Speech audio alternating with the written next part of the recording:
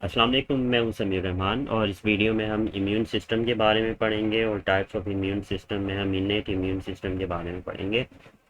तो सबसे पहले देखते हैं कि इम्यूनिटी क्या है। तो इम्यूनिटी देखें, हमारे जो एनिमल की बॉडी होती है वो जिस इन्वायरमेंट में रहती है वहाँ पर हज़ारों किस्म के माइक्रो ऑर्गेनिज़म होते हैं। और बॉडी इन माइक्रो ऑर्गेनिज्म हमारी बॉडी में जो है वो एक ऐसी एबिलिटी होती है एनिमल्स की बॉडी में जो कि इन माइक्रो ऑर्गेनिज्म को रेजिस्ट कर सकती है और इनके टॉक्सिन से हमारे बॉडी को बचा सकती है। या अगर कोई फॉरेन सेल हमारी बॉडी के अंदर एंटर होना चाहता है ड्यूरिंग हम देखते हैं कि ट्रांसप्लांट के दौरान तो रिजेक्शन प्रॉब्लम्स जो आते हैं और वो भी इम्यूनिटी इम्यून सिस्टम की वजह से आते हैं। तो इस एबिलिटी को जो कि हमें इन माइक्रो ऑर्गेनिज्म से बचाती है, उनके टॉक्सिन से बचाती है, किसी भी फॉरेन सेल से बचाती है, या जो एबनॉर्मल सेल्स होते हैं हमारी बॉडी के अंदर जैसे कि कैंसर सेल्स होते हैं, तो इस एबिलिटी को हम इम्यूनिटी कहते हैं। उसके बाद अगर हम बात करते हैं कि what is immune system, immune system किसे कहते हैं।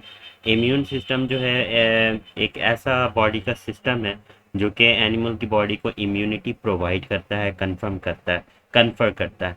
तो उस ऐसे सिस्टम को जो कि इम्यूनिटी प्रोवाइड करता है वो इम्यून सिस्टम होता है। और अब हम बात करते हैं कि इम्यूनोलॉजी किसे कहते हैं। इम्यूनोलॉजी, हम इम्यून सिस्टम के फंक्शन और डिसऑर्डर को अगर स्टडी करते हैं तो वो इम्यूनोलॉजी कहलाती है। तो अब हम बात करते हैं कि इम्यून सिस्टम में क्या क्या चीज़ें आ जाती हैं हमारी बॉडी के अंदर। इम्यून सिस्टम में कुछ सेल्स आ जाते हैं और कुछ प्रोटीन आ जाती हैं जो कि मिलकर काम करते हैं और हमें इन हार्मफुल इन्फेक्शियस माइक्रो ऑर्गेनिज्म से बचाते हैं और कैंसर सेल से भी बचाते हैं, एलर्जी में भी काम आते हैं, हाइपर सेंसिटिविटी में भी काम आते हैं, और ट्रांसप्लांट के दौरान जो रिजेक्शन प्रॉब्लम आती है वो भी इन्हीं की वजह से आती है। तो इम्यून सिस्टम जो होता है हमारी बॉडी के अंदर वो दो फंक्शन के हिसाब से दो हिस्सों में डिवाइड किया गया है। Number one innate immune system and number two is adoptive immune system. तो सबसे पहले हम बात करते हैं इननेट इम्यून सिस्टम की। और इननेट इम्यून सिस्टम एक ऐसा सिस्टम है जो कि हमें इननेट इम्यूनिटी प्रोवाइड करता है। इननेट इम्यूनिटी का मतलब क्या है कि नेचुरल इम्यूनिटी प्रोवाइड करता है, और नेचुरल इम्यूनिटी इननेट का मतलब होता है कि वो तमाम किस्म के माइक्रो ऑर्गेनिजम्स के खिलाफ काम करती है। और एक्चुअली इननेट इम्यूनिटी हमारी बॉडी को एक फिजिकल और केमिकल बैरियर प्रोवाइड करती है, माइक्रो ऑर्गेनिज्म को हमारी बॉडी के अंदर एंटर होने से रोकती है। तो जो ये दोनों चीज़ें मिलकर फिजिकल और केमिकल बैरियर मिलकर दो लाइन ऑफ डिफेंस बनाते हैं। सबसे पहली लाइन ऑफ डिफेंस जो होती है उसमें क्या क्या चीज़ें शामिल होती हैं, स्किन और हमारी जो म्यूकस मेम्ब्रेन होती है और उनकी जो सिक्रेशन, वो मिलकर हमारी बॉडी की इन्नेट इम्यून सिस्टम की पहली लाइन ऑफ डिफेंस बनाते हैं। लाइन ऑफ डिफेंस का मतलब आप समझ लें कि पहला बॉर्डर बनाते हैं। Microorganism have to cross first line of defence to enter into the body. ठीक है, तो अगर माइक्रो ऑर्गेनिज्म एंटर होना चाह रहे हैं तो उसको पहले लाइन्स ऑफ डिफेंस को क्रॉस करना पड़ेगा। और पहली लाइन ऑफ डिफेंस क्या है, स्किन है और म्यूकस मेम्ब्रेन और उनकी जो सिक्रेशन है, उसको क्रॉस करके फिर अंदर जाना होगा। अच्छा, अब हम बात करते हैं कि भाई अगर समहाउ माइक्रो ऑर्गेनिज्म पहली लाइन ऑफ डिफेंस को, फर्स्ट लाइन ऑफ डिफेंस को अगर क्रॉस कर भी लेते हैं, मिसाल के तौर पर अगर हमारी म्यूकस मेम्ब्रेन है वो डैमेज है अल्सर की वजह से, उसके ज़रिए माइक्रो ऑर्गेनिज्म चले जाते हैं। स्किन जो है वो डैमेज हो चुकी है, उसकी वजह से डैमेज पार्ट के अंदर से होते हुए कोई ऑर्गेनिज्म चला जाता है अंदर। तो फिर ऑर्गेनिजम्स माइक्रो ऑर्गेनिजम्स के सामने जो है वो दूसरी रुकावट आ जाती है जिसे हम कहते हैं second line of defence. Second line of defence के अंदर कौन कौन सी चीज़ें हैं, कौन कौन सी चीज़ें जो है वो रुकावट बनाती हैं माइक्रो ऑर्गेनिज्म के लिए। सेकंड लाइन ऑफ डिफेंस में हमारी बॉडी के अंदर कुछ जो है फेगोसाइट्स होते हैं, और phagocytes are the type of certain type of डब्ल्यूबीसीज, और इसके अलावा एंटी माइक्रोबियल प्रोटीन है कुछ। और तीसरी जो चीज़ है जो कि सेकंड लाइन ऑफ डिफेंस बनाती है वो इन्फ्लामेटरी रिस्पॉन्स है। अच्छा, अब हम बात करते हैं सबसे पहले फेगोसाइट्स जो कि सेकंड लाइन ऑफ डिफेंस का पहला फैक्टर है। तो जो फेगोसाइट्स हैं, मतलब मैंने आपको बताया कि डब्ल्यू की सर्टेन टाइप हैं, और ये क्या कहते हैं, ये माइक्रो ऑर्गेनिज्म बैक्टीरिया वगैरह को इंगेस्ट भी कर सकते हैं, उसको न्यूट्रलाइज भी कर सकते हैं। ठीक है, तो इनकी फेगोसाइट्स की बहुत सारी टाइप्स हैं। सबसे पहली जो टाइप है वो क्या है, न्यूट्रोफिल्स है। न्यूट्रोफिल्स पॉलीमॉर्फो न्यूक्लियर न्यूट्रोफिल्स होते हैं, मीन्स ग्रैनुलर टाइप होते हैं ये, क्योंकि डब्ल्यू की दो टाइप होती है, वो हम अगले लेक्चर में W type of blood cells में डिस्कस करेंगे। और न्यूट्रोफिल्स एक ऐसे डब्ल्यू की या फेगोसाइट्स की टाइप है जो कि शॉर्ट लिव्ड होते हैं, और शॉर्ट लिव्ड होते हैं और जल्दी से मर जाते हैं, अपना काम करने के बाद ख़त्म हो जाते हैं, इनकी ज़िंदगी थोड़ी होती है। दूसरे टाइप अच्छा ये भी जो माइक्रो ऑर्गेनिज्म को, बैक्टीरिया को इनगेस कर जाता है। दूसरे टाइप के जो फैगोसाइट्स हैं वो क्या है, मोनोसाइट्स हैं। मोनोसाइट्स क्या कहते हैं, मोनोसाइट्स लॉन्ग लिव्ड होते हैं, इनमें फ़र्क ये होता है, उनको हम मैक्रोफेजेस भी कहते हैं, और यानी कि बिग ईटर्स, बिग ईटर कहते हैं। और ये ज़्यादा देर तक ज़िंदा रहते हैं बॉडी के अंदर, और मतलब ये भी माइक्रो ऑर्गेनिज्म को जो है खाने का और जो है इनगल्फिंग का काम करते हैं। तीसरा टाइप की जो सेल्स, अच्छा बिग, ये जो मैक्रोफेजेस हैं, मोनोसाइट्स हैं, इन्हें हम एक और नाम भी देते हैं antigen presenting cell. Antigen presenting cell इसलिए कहते हैं क्योंकि ना सिर्फ ये इनगल्फ करते हैं बैक्टीरिया को, बल्कि माइक्रो ऑर्गेनिज्म का कुछ पार्ट जो है हमारे इम्यूनिटी के दूसरे सेल्स को, इम्यून सिस्टम के दूसरे सेल्स को भी प्रोवाइड कर देते हैं आइडेंटिटी के लिए, कि अगर इसी तरह का कोई और ऑर्गेनिज्म दोबारा हमारी बॉडी के अंदर आने की कोशिश करेगा, सेकंड लाइन ऑफ डिफेंस को या फर्स्ट लाइन ऑफ डिफेंस को जो क्रॉस करने की कोशिश करेगा, तो ऐसे सेल्स, हमारी इम्यूनिटी के ऐसे जो सेल हैं, ऐसे माइक्रो ऑर्गेनिज्म के ख़िलाफ़ पहले से ही तैयार होंगे और बहुत ज़्यादा एक्टिव हो जाएंगे। उसके बाद हमारी जो सेकंड लाइन ऑफ डिफेंस है, उसके अंदर एक और टाइप के डब्ल्यू प्रेजेंट होते हैं जिसे हम कहते हैं natural killer cell. Natural killer cell यानी कि एनके सेल्स ही हम इन्हें कहते हैं, और ये सिर्फ ऐसे सेल्स हैं जो कि वायरली इन्फेक्टेड सेल को डिस्ट्रॉय कर देते हैं हमारी बॉडी के अंदर। वो सेल जिनको वायरस पहले से इन्फेक्ट कर देता है, उन सेल्स को जो है, अपने सेल्स की बॉडी के सेल्स को जो है वो डिस्ट्रॉय कर देते हैं। ठीक है, और ये काम किस तरह करते हैं कि ये वायरली इन्फेक्टेड सेल के साथ जाकर बाइंड हो जाते हैं, और बाइंड होने के बाद उनमें किस तरह की प्रोटीन जो है रिलीज़ करते हैं, जिन्हें हम कहते हैं पोर फॉर्मिंग प्रोटीन। ये पोर फॉर्मिंग प्रोटीन क्या कर देती है कि जो वायरली इन्फेक्टेड सेल है उनको डिस्ट्रॉय करना स्टार्ट कर देती है, उनको तोड़ना स्टार्ट कर देती है। इस प्रोसेस को हम साइटोटॉक्सिसिटी कहते हैं।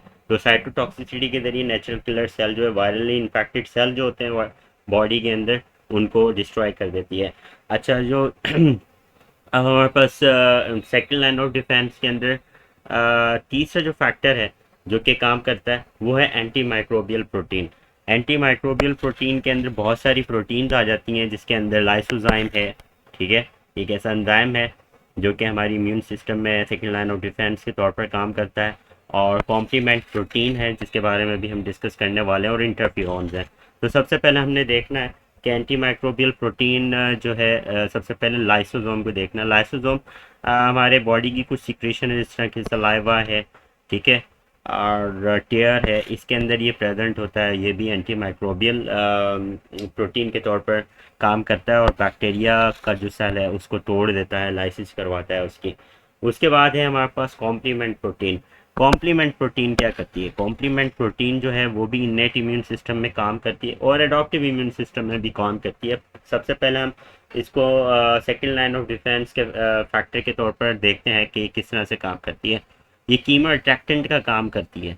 कीमो अट्रैक्टेंट का मतलब क्या है, मैक्रोफेजेस जो अभी हमने पढ़े थे, फेगोसाइट्स की जो एक टाइप होती है मैक्रोफेजेस, इनके लिए कीमो अट्रैक्टेंट का काम कौन करती है, कॉम्प्लीमेंट प्रोटीन। कीमोटेक्टेंट, इसका मतलब क्या है कि जब कभी भी इन्फेक्शन होता है, माइक्रो ऑर्गेनिज्म एंटर होता है, तो ये कॉम्प्लीमेंट प्रोटीन जो है मैक्रोफेजिस के सेल के साथ, मतलब मैक्रोफेजिस डब्ल्यूबीसी ज़ाहिर सी बात है, तो इनकी सरफेस पर जो है, मेम्ब्रेन पर, प्लाज्मा मेम्ब्रेन पर कुछ इस तरह के रिसेप्टर्स होते हैं, वहाँ जाके ये कॉम्प्लीमेंट प्रोटीन जाकर अटैच हो जाती है, और इन मैक्रोफेजिस को जो है वो एक्टिवेट कर देती है, स्टिमुलेट कर देती है, और उनकी फेगोसाइटोसिस जो इनकी एक्टिविटी होती है, फेगोसाइटोसिस एक्टिविटी, उनको प्रमोट कर देती है, उनको ज़्यादा एक्टिव कर देती है complement protein. That's why complement protein is also called as chemoattractant for macrophages. Chemoattractant है फॉर मैक्रोफेजिस। ठीक है, उसके बाद जो हमारी सेकेंड लाइन ऑफ डिफेंस में एंटी माइक्रोबियल प्रोटीन है, वो इंटरफियरॉन है। इंटरफेरॉन जो ऐसी प्रोटीन है जो कि वायरली इन्फेक्टेड सेल में से निकलती है, सीक्रेट होती है, और जो सराउंडिंग के सेल्स हैं जो कि हेल्दी सेल हैं, मिसाल के तौर पर ये कुछ सेल्स हैं जो कि वायरली इन्फेक्टेड सेल्स हैं, तो और इनके सराउंडिंग के अंदर जो है वो सेल्स हैं कुछ जो कि नॉर्मल या हेल्दी सेल्स हैं, ठीक है। तो इनमें से इंटरफेरॉन निकलेगी और इन सेल्स के अंदर जाएगी और इन सेल्स को रेजिस्टेंस प्रोवाइड करेगी, इन सेल्स को मतलब इम्यूनिटी प्रोवाइड करेगी, और इन सेल्स को वायरल इन्फेक्शन से बचाने की कोशिश करेगी। तो ऐसी प्रोटीन जो कि वायरली इन्फेक्टेड सेल से सीक्रेट हो और सराउंडिंग के हेल्दी सेल्स जो होते हैं उनको एक रेजिस्टेंस प्रोवाइड करे, इम्यूनिटी प्रोवाइड करे against viral infection, it is called interferon. उसके बाद जो अगला हमारे पास है रिएक्शन है इनेट इम्यून सिस्टम में, वो है इन्फ्लामेशन। देखिए इन्फ्लामेशन में क्या होता है, इन्फ्लामेशन में जो है हमारी बॉडी क्या करती है कि एक केमिकल रिएक्शन का कैस्केड स्टार्ट कर देती है। इन्फ्लामेशन होता है क्या, इन्फ्लामेशन जब हमारी बॉडी को कोई इंजरी होती है या कोई माइक्रो ऑर्गेनिज्म एंटर हो जाता है हमारी बॉडी के अंदर, तो हमारी बॉडी में एक cascade of chemical reaction start हो जाता है जिसे हम इन्फ्लामेशन कहते हैं। और ऐसी इन्फ्लामेटरी रिस्पॉन्स के दौरान क्या होता है, कुछ सिम्टम्स होती हैं जिससे हम पहचान सकते हैं इसको। रेडनेस है, हीट है, स्वेलिंग है, दर्द है, पेन इंजर्ड साइड पर होना स्टार्ट हो जाता है। और ऐसा क्यों होता है, ऐसा इसलिए होता है जब कभी माइक्रो ऑर्गेनिज्म या एंटर हो जाता है बॉडी के अंदर किसी टिश्यूज़ के अंदर, या फिर इंजरी होती है, तो हमारी बॉडी के उस जगह पर या इंजर्ड साइड पर डब्ल्यूबीसीज की कुछ टाइप होती है जिसमें बेसोफिल्स और मास्ट सेल्स होते हैं, वो क्या करते हैं एक सब्सटेंस रिलीज करना स्टार्ट करते हैं जिसे हम हिस्टामिन कहते हैं।